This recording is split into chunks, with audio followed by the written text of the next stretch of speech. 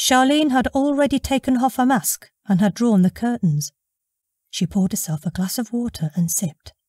God, I was on fire tonight. I bet his cock erupted. Gemma took off her own mask to bear her distaste.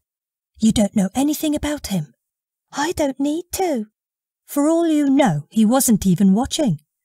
Charlene strode to her bag of day clothes. Oh, he was watching all right. She cast a smirk and proceeded to change. Phil's Minnie was already waiting outside. Charlene and Gemma boarded. He said nothing about the scene earlier, but he stopped in town instead of her house to inflict a 15-minute walk home in the dark.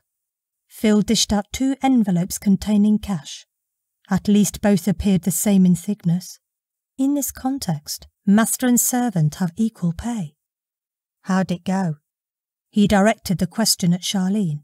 Fine, Charlene intoned matter-of-factly. Gemma felt convinced Charlene would save the rest for Gemma's absence.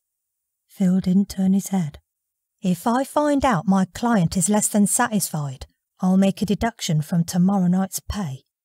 Gemma groaned inwardly. Tomorrow night, and the next, and the next.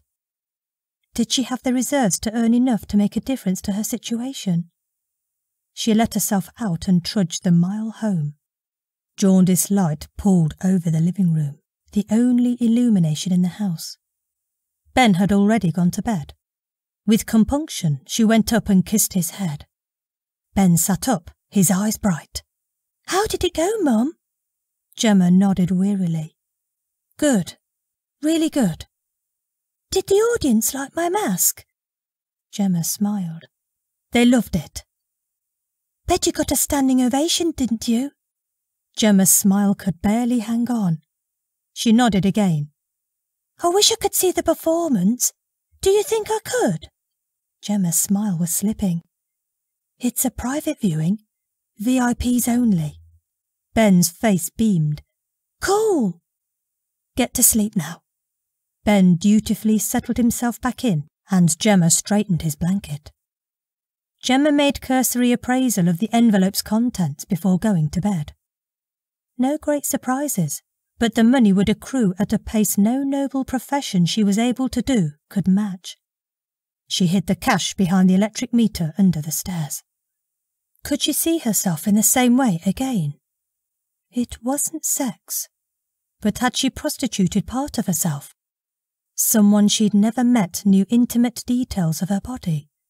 A burn scar on her inner thigh, a mole at the apex of her left breast, a birthmark near her belly button. Her body wasn't her mind, but Ben was. The disparity between his fantasy and the sordid reality repeated upon her like acid reflux. Ben had yet to learn about the brutalities of life. She was perhaps as cruel to nurture his fantasy. She wouldn't tell him. Not ever. She had to preserve his impression of her in his mind. Gemma blinked, and moisture seeped onto her tear duct. A rivulet tracked down her cheek. She closed her eyes. Suddenly, her limbs felt as heavy as sandbags, and she was grateful. She was grateful to escape the guilt. Sleep would transport her from it. Sleep was a form of forgiveness.